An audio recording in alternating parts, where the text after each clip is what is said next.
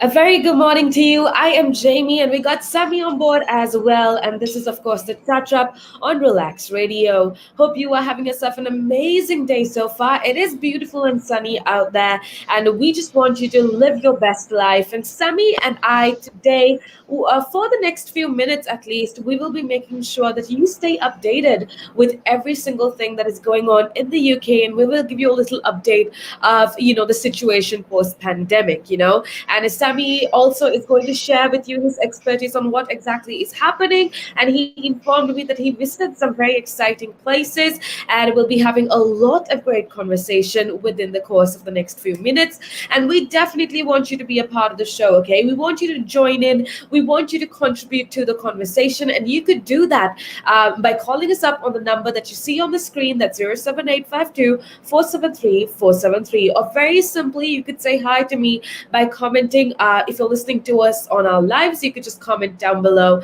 and you can directly join in on the conversation. Now, with that being said, hi, Sammy. How are you? Hope you are having yourself an amazing day so far. Hi, and a very good morning and a warm welcome to all our Relax Radio listeners and viewers as well. And yes, it's great as we all have been experiencing some lovely weather for the past couple of days here in United Kingdom. It is, of course, across the country, and everyone's enjoying it. Of course, that comes with a bit of a downside as well, because then the people are coming out to open areas, people are coming out to sea beaches, to resorts, and to entertainment venues. As you know, the theaters are now open, so people are taking advantage of the easing of the lockdown. So it is of course, a pleasure to be able to try and live as normally as possible. But we all know for a fact that we are going to have to live with this coronavirus, COVID-19, for a future to come.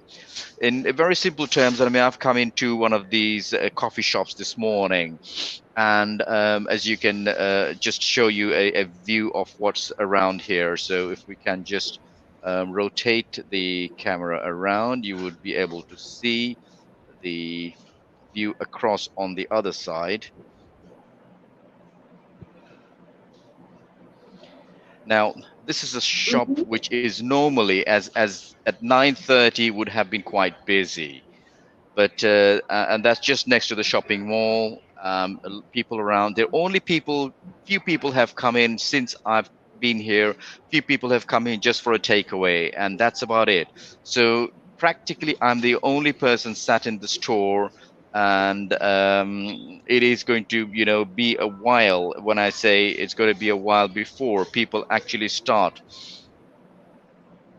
start coming in and using the shops normally. Yeah. We There are procedures and protocols in place, and these protocols, of course, means that an app has to be downloaded, an NHS COVID app, which everyone knows. In reality, how many people do it is, of course, a question, and it's very important to have this app because it helps monitor, it helps the track and trace, it helps the authorities know whether there are any infections around, or it helps me as a user know that there are infections around, or if I have been to a shop and there is an infection. It is said that 1 in 3 people are carriers of this virus. 1 in 3. So we're talking about a very high percentage. 33% are carriers, and that is asymptomatic without knowing. So Absolutely. the carriers are not aware. So I could be put carrier. Now, having had my 2 doses only means that I am not risk of seriously being infected, or of as they say, from or death from COVID-19. But those are the medical explanations, that the drug will actually, the vaccines will actually prevent somebody from being infected and being suffering very severely. But it does not guarantee that it will not allow the person to carry, because as you know, the virus is carried on our ourselves. When we breathe, we could carry that and we could still infect somebody else, or it could be cross contamination. So I have sort of touched a door, and then I picked it up and then passed it on to somebody else, but I'm not infected. So these are, I think, some very important key factors that we should all be observing. And these are, of course, an additional burden on having to carry a mask, on having to take sanitizing sort of steps. I'm a bit of an OCD person, and despite all that, I was infected in February this year. So how do you explain that? It doesn't mean that you are always 100% safe. But anyway, coming back to the point, yes, I mean, it is a change in the weather is certainly very welcome. People are very tired and very what shall I say, disheartened, because our normal lives have been affected. So I had the opportunity of in fact, I took the opportunity of going to the Science Museum, and during this break. See, as you know, all our listeners know that UK, we had a bank holiday weekend, which was the 31st of May was the bank holiday weekend. So we had Saturday, Sunday, Monday. So we had 3 days of a weekend. It was an extended weekend, and schools are closed as well. So it is an opportunity for people to go out, enjoy the weather, and the weather was absolutely fantastic. We had, well, temperatures of 20 plus, which was very welcome. Normally their temperatures are below the 20s and they're quite cool. But as you see, I haven't got a jacket or a jumper on today, so I'm just enjoying the weather. And it's, well, I've still got my shirt on. There are people who've taken it off. Well, I won't be doing that on show, okay? So it's lovely, but people are very cautious. People are visiting venues. The Sounds Museum had certain protocols in place, but it was again lovely to be there again. I've been there several times, and it was just, I just wanted to go there with members of the family to sort of discover and rediscover, and sort of let the other members of the family experience this.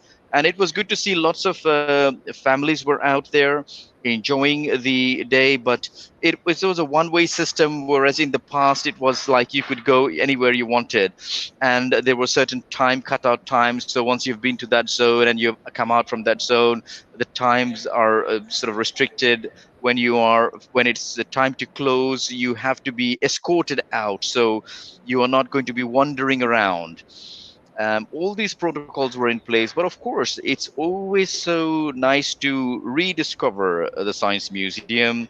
As any other museum, of course, you've got the Natural History Museum, and we've got various other museums, but it's always very nice to rediscover what things were like in the past. The Science Absolutely. Museum, of course, is of particular interest.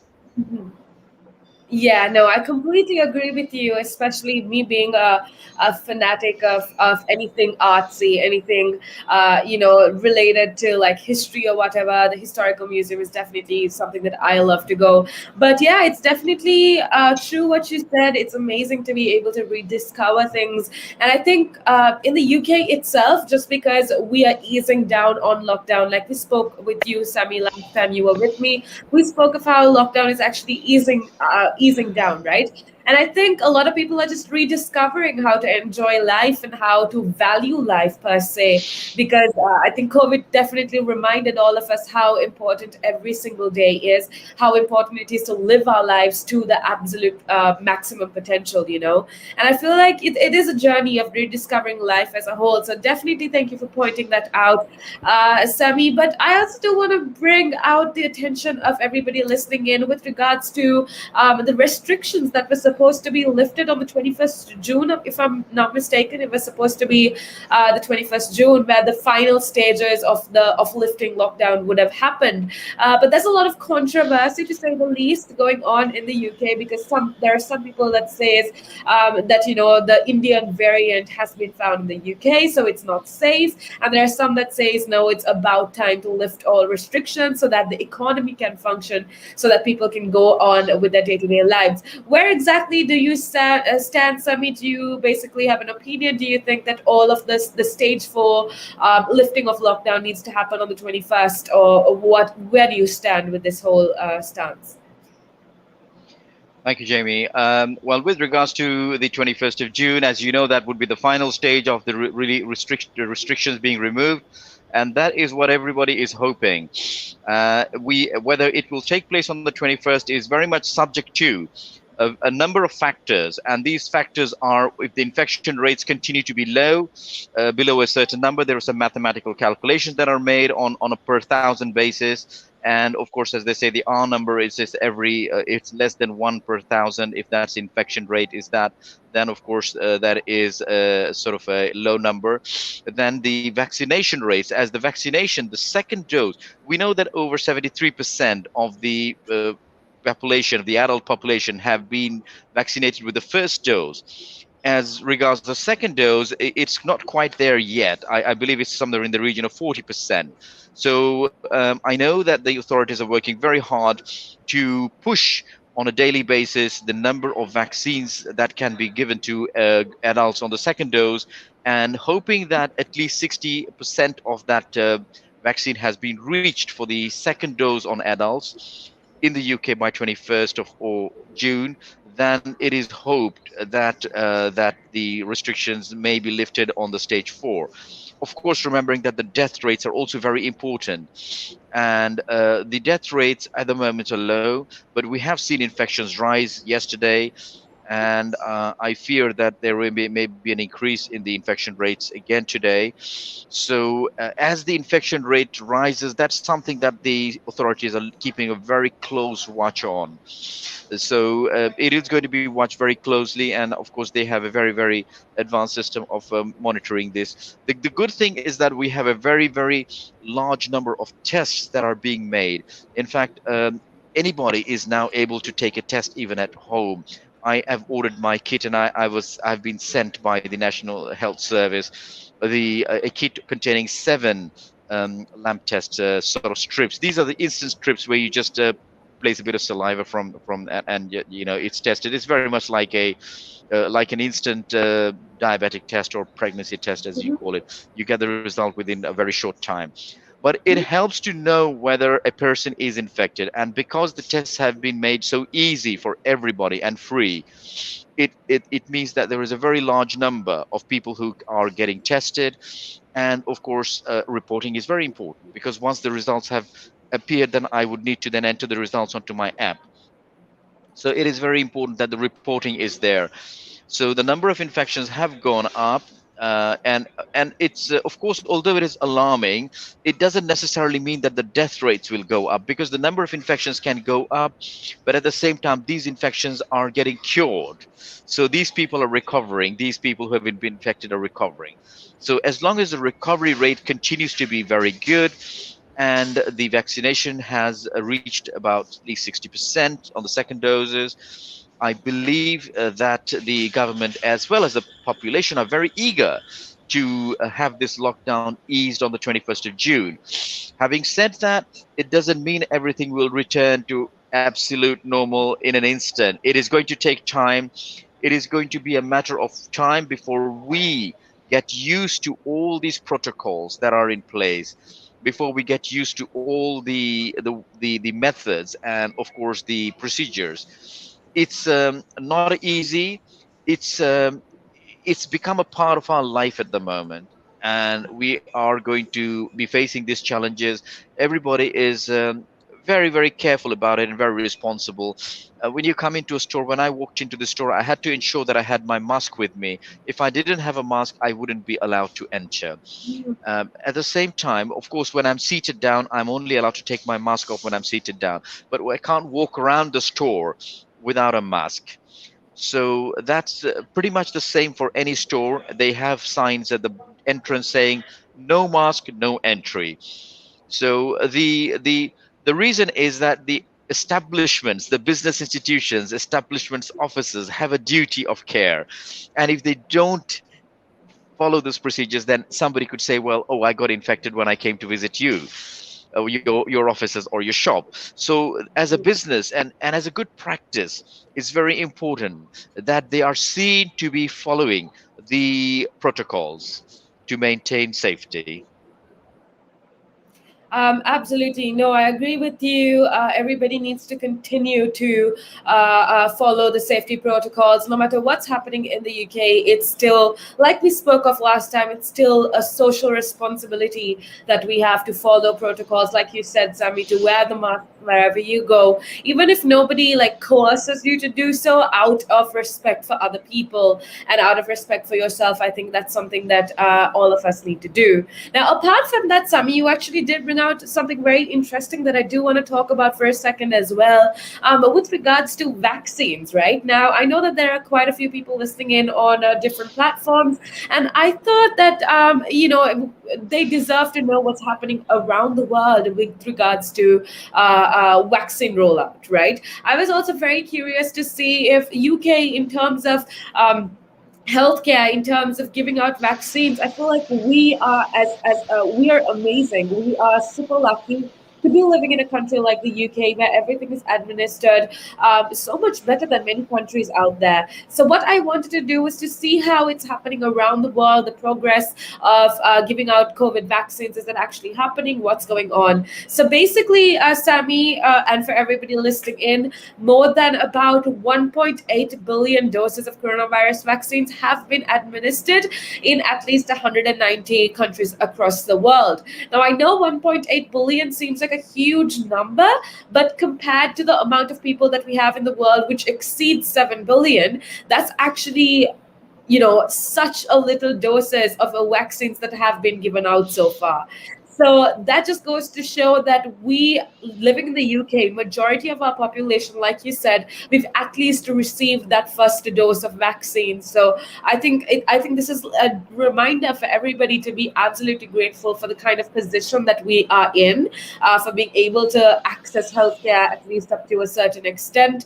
And yeah, I just wanted to let people know that there is a vast difference in like this pace of progress in different parts of the world, and that there are some countries that have secured and delivered doses to a large proportion, but there are also some countries that are still waiting for their first shipment to arrive, which is absolutely crazy. So yeah, I just wanted to keep everybody listening and informed. And yeah, it's a good reminder to be grateful of the kind of system that we are able to experience. Absolutely, you've got it right there, Jamie. In terms of the accessibility, I think yes, we're very fortunate in the developed world, in the first world, as they call it, sometimes, that we have access to this medical care and this support of the vaccines. Now, the vaccines are ever so important globally, not just in the developed countries or in part of Europe and Americas, because to recover the economy, we need to ensure that people from other countries will continue to come to the United Kingdom to perform their trade, to perform their education, or whatever that's necessary. So unless we are allowed to do that, then we are not going to be able to open up the economy. And people who are coming from countries that have a very low vaccination rate or haven't got access are obviously not helping the situation in the United Kingdom. So we need to be able to work together, and I know for a fact that, of course, all the developed countries are working together, the World Health Organization and the manufacturers of the vaccines are working together in this case. But it is also a responsibility on the population of that country to come forward and avail of this vaccine, so that they can help the entire country recover. And it's all connected, interlinked. So every country is connected. So if you say, for example, you look at India, and if people are not coming from India, you have a very large traffic movement between United Kingdom and India for multiple reasons. It can be education, it can be business, it can be investment, it can be sort of leisure, it can be visiting friends and family, it can be medical treatment. So for this movement to continue freely, authorities in aviation are working very closely to establish a digital method of touchless travel and to make that experience as very simple as possible. And if I can explain it a bit more clearly, is say I for example, have had my two doses. Now, how does the airline know that my two doses that I have taken are legitimate, that I have not just written it on a piece of paper? So, and this applies for all countries of the world. So we have to have a unified platform that allows people to allows the authorities, so it allows the airline to check me in, for example. So when I buy in a ticket, I should be aware of the rules. I should know that to travel to a destination I must have been vaccinated with both the doses, and if I haven't, then what should be done in that case. And regardless of both the vaccines, a PCR test is required. So when I have taken my PCR test, it is also entered in that touchless digital system in the app that will show that the airline. So when I turn up at the airport, I have my digital identity in there, and it's all touchless. So the scanners will know that this person has got a passport, has got a valid passport, which is valid for that country. The face is recognized onto the ID, and then the vaccinations or the immunizations and the PCR test is also valid, and will then allow me to proceed further. So it's very much like, those digital games that we have. You access level 1, level 2, level 3, and level 4, and that these are the apps. So all these companies, there are lots of technology companies working together to unify this so that it is going to be globally recognized and also have the level of protection. So for example, not everybody needs to know all your levels of information. So the Mhm. airline would have a certain access, then the country you're entering to will probably have a bit more access.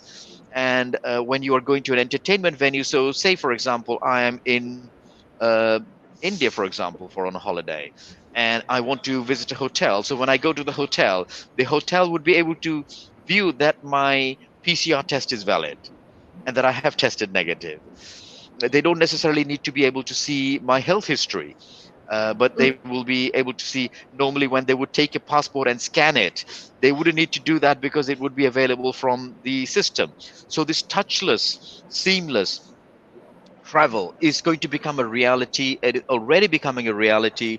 Some countries like the United Arab Emirates have already tested various smart pass facilities where people can leave the country, this being trialed in the United Arab Emirates, so that people can leave the country without touching anything. It's a completely touchless sort of a travel, and this is going to be the way forward for our travel industry, and it's very much needed now to help recover. So it's just an encouragement to all those who are wishing to travel, that the industry has not been sitting silently.